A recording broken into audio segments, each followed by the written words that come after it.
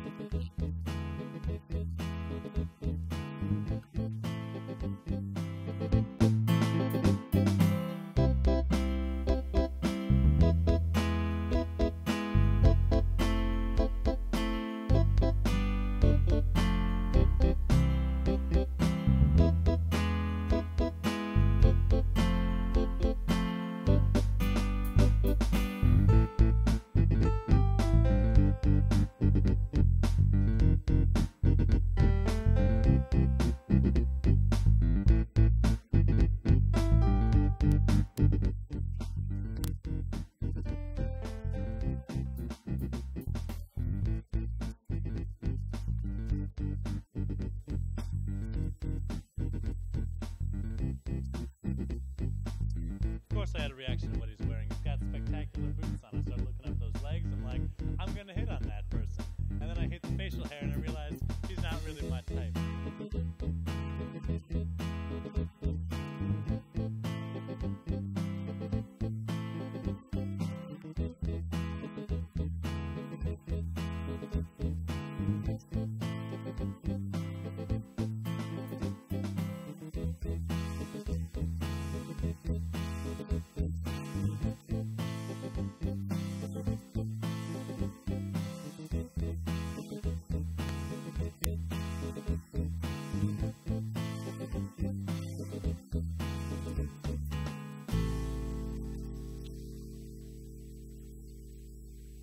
Next, we take a look at whether or not men are becoming minorities on college campuses.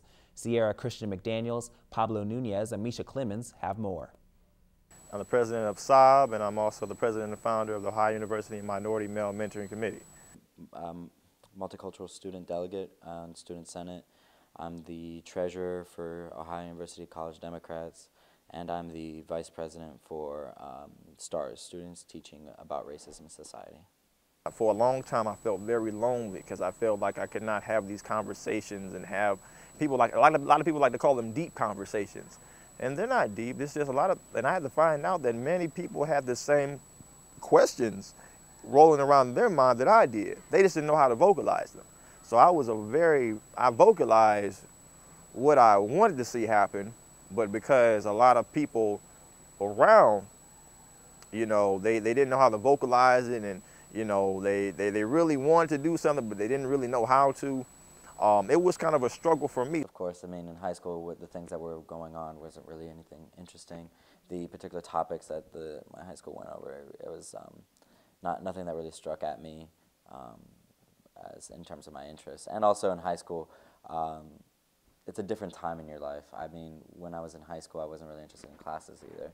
And so since I've gotten to college, when I'm learning things, when I feel like I'm actually learning things, it kind of just opened up my mind, and so I really pushed forward, and I really wanted to do a lot of things with my life. So, you know, we're seeing at places where we can be lax, we can just chill. But as far as being movers and shakers, we need to be able to be seen. And I understand it comes down to where you came from previously, your home life. What are you really used to? Was that drive really instituted within your life? Were you pushed as a child? But now being down here in college, now the best needs to come out of you. When it bothers me that I don't see enough men or male voices is when there are times when that voice is necessary, when it's in terms of like issues that involve what would typically be constrained to what society constrains to women's issues, if that makes any sense. So when it's issues involving rape or the sexual pervasive, like the culture on our campus. A lot of men are very unsure of themselves. They're very intimidated by small things that they should not be intimidated by. If we can get the man to understand that he sets the tone for many of all the things that happen down here, then that's when that confidence will come out. They go and they want to do things, but they don't really know what to say to get their point across. Strictly looking on as male status, I highly doubt that any guy would not want to speak out, because usually the male voice is the one that does fill up our conversations. A non-white male may not feel comfortable talking or stepping out on a particular issue, but that's not because of his male status, or maybe it is the combination of his male status with being non-white at the same time that society will perceive him as a threat, so then he might not want to speak out. If we bring the man back, and if we give him responsibility over another man, that's going to bring out the best out of the mentor. And it's also going to bring out the best out of the mentee, because now he sees another man actually doing something. Now he has a template. Mentoring that needs to occur, because I mean, a lot of times when men come into college too, when they've never really had any of their fathers who've been to college, they're not necessarily sure how to interact or how to just be there. I think it's extremely important to take into consideration on how layered identities interact, because sometimes as white men might feel as though more comfortable to speak out because of their white identity, whereas a black male might not because of his status as a black man. It's important when we're discussing issues where there's a lack of the male voice that we take into consideration that it's not just male status that comes into play, whether or not people are speaking out or getting involved.